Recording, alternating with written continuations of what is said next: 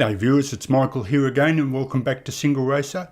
Now I'm in the menu of the brand new game Project Cars 2 and I won't be giving my opinion just yet, but I will say that it is definitely much better than the first game. I'm feeling quite comfortable with it and I hope to test it out more as I get the time later on. But I stumbled across something while setting it up in the first hour, and I think it will help some of you who don't use the 900 degrees of rotation. Now, to be honest, and I'm guessing here, but I'd say 70 to 80%, maybe even 90% of people all use 900 degrees of rotation. So if that's you, then this video won't be that helpful other than my settings. But for those of you like myself that use a radical 240, or people like Mike Smith who use a degrees of rotation of 540, this might be helpful to you, and I'll just run you through this quickly. Now, one thing I do have to say here is that one of the things that this game has that should be in every single racing game from now on, which is absolutely brilliant, is the fact that you can go on a racetrack. Now, I picked my favourite Aussie racetrack, Bathurst, in a car I know well, which is the Ford V8 supercars in a sense, and I could from the racetrack have access to the whole menu, and I think that is an absolutely brilliant idea, and I applaud Slightly Mad Studios for putting that in the game. Absolutely brilliant that you can test, go into the track again, test again, and back and forth like that. And that's how I stumbled across this setting. So when you do your wheel initially, there are arguably two places you can calibrate it.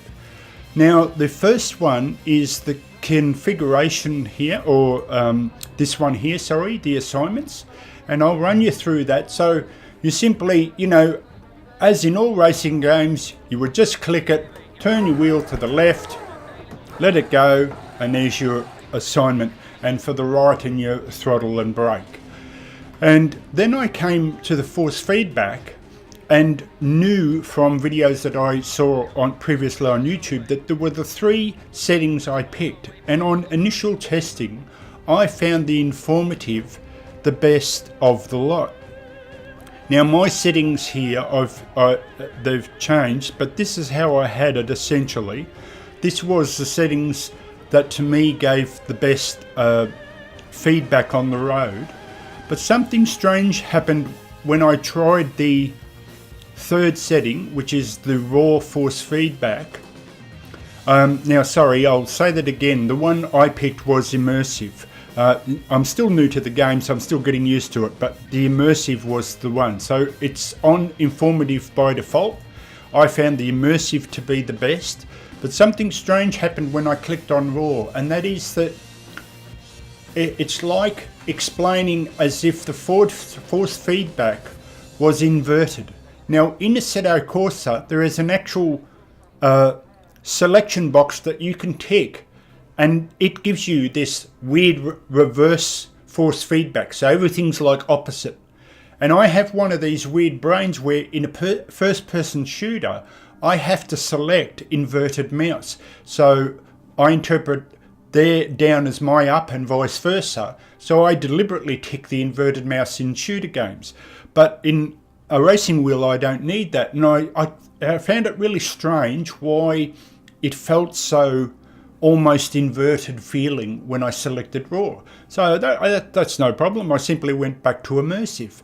But then I stumbled on something that I realized why that might be happening. So here is where you enter your joystick settings, any joystick, controller, wheel, whatever. But there's also a second one, which most racing games tend to have, which is the calibration side of it, where you do your wheel. And this is where I stumbled on the trick to help those people who don't use 900 degrees rotation. So let me run you through this. So there are two steps, and the first one is hopefully you can see the wheel spinning here in the recording. That's the idea, to give you that that initial idea of what to do. So you simply turn the wheel to its full rotation there and try and hit 100, and then you go next. All right, now this is where I stumbled on something. So what you do is you remember to turn your wheel back, and when you turn it back you'll get to 0. What should be 0? There it is there. So the wheel is in its neutral position and there's 0. But if you look at the picture, that is how I like to drive in my racing games, even using street cars. I just have that preference that I like the Formula 1 idea of only going to what I call 12 and 6 on a clock.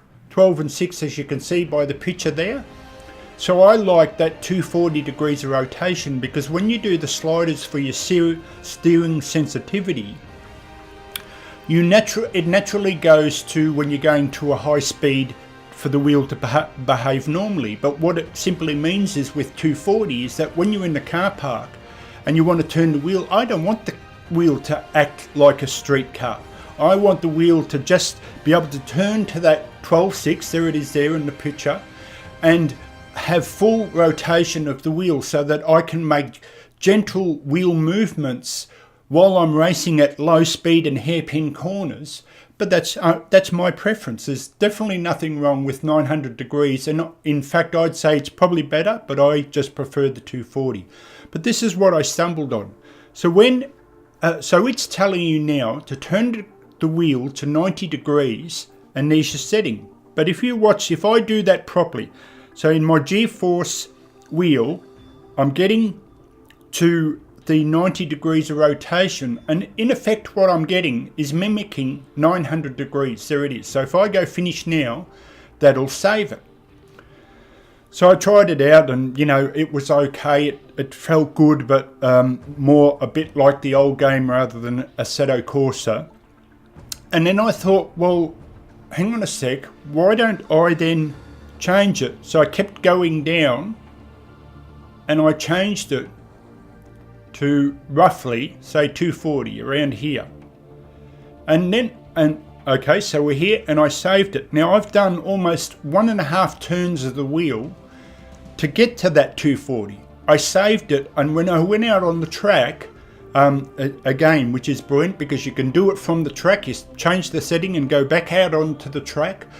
It felt like I was driving a truck, literally like I was driving a truck where I had to do 2 or 3 rotations, which, no offense to people who use 900 degrees rotation, but that's kind of what I don't like at slower speeds. But this was more exaggerated, and then the penny dropped. Well, if that's exaggerated, I think I've stumbled on the idea. And what it is if you take 900 degrees as a figure rather than say that's how much my wheel turns, but as a pure figure, if you take that and then take 240 off that like a mathematical sum, you're left with 660, and then that's when the penny dropped. And so what I did was I put it back to 0, and then I said, well, I think what is happening is the game, and mind you, the previous game did this as well, it's just doing the figures as though they're inverted. In other words, in reverse. So what I did was I took 900 and then the 660, which is, so if you think of 900 as a mathematical figure and take away 240, you're left with 660. So if then I add 660 to that 240, if I add that 660 to the 900, what I get is 1560. Now, if I go here, so we'll just try and get it as close as possible. My wheel now, if we're turning right, is at kind of like 1 to 2 o'clock.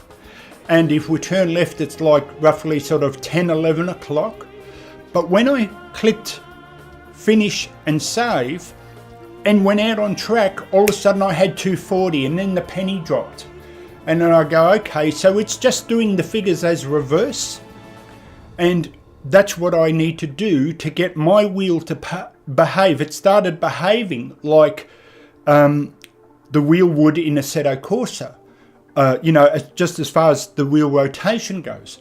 So then I go, well, why don't I go back here and try raw? And I did that, and bam, it was like I had almost so close to a Assetto Corsa feeling in the road with these current settings that I have here, and this is just personal choice. Now, you have to keep in mind that, to me, a game, when a company releases a game, they've got the same problem they have for all PC users. In other words, this card with this CPU with this blah blah blah and that, and you have bugs in the game. But so as far as settings go, you can't give an opinion in that this is my settings, but you might have a different pedals, you might have a different wheel, you might have that wheel but a totally different pedal. So really it's sort of trial and error, but it's great to look at videos to see what other people have. So in this case, this is mine for the GeForce sorry, not GeForce, I'll say that again, the Logitech Driving Force GT wheel. This is my preferred settings, but that'll be fine-tuned most likely. And so now if we go back to that wheel setting where you calibrate the wheel, and we just swap out my 240 for the 540 that's a lot of people prefer, you would do the same thing. So in the first step, you would just go the full wheel to rotation as much as you can. Click next. Now I'm still at full wheel rotation, so I bring it back to its center point, and that will give me 0, and we do it again like a mathematical sum. Like, so 900 less 540 degrees rotation, which is what you want, you're left with 360. Is that right? So 540, 600, yep, so 360. So if we add 360 to the 900 degrees, there's you 1260. So if I now turn the wheel and I just simply try and get, you have to do it very sensitive, but you get the idea. If I try and get as close to 1260 as possible, and I click OK, when so finish and save, suddenly when I go in game, the wheel will respond like as if you had the wheel rotation of 540 degrees. And so to finally summarize, just once again, because the figures can tend to be very confusing, if you think of 900 degrees rotation as a mathematical figure and just say 900, and then the rotation that you want, 240, 540, 600, 360, you just subtract that figure from 900 and find out what the difference is. So 240 for me off 900 is 660. And then simply, as a mathematical figure again, add 660 to the 900, or whatever figure you're left with, to 900. And then when you click calibrate and you do this first bit and go 100, you just simply add the figure that you're left with to the 900 and just keep going till you get that figure somewhere here. And you just hold it there, click finish and save, and you'll have the wheel rotation of the degree of rotation that you want for your own personal choice. So I hope that helped. I'll be bringing you more tutorials hopefully in the future with Project Cars 2 and anything else I think of later on. So this is Michael signing out for Single Racer. I'll catch you later. See ya.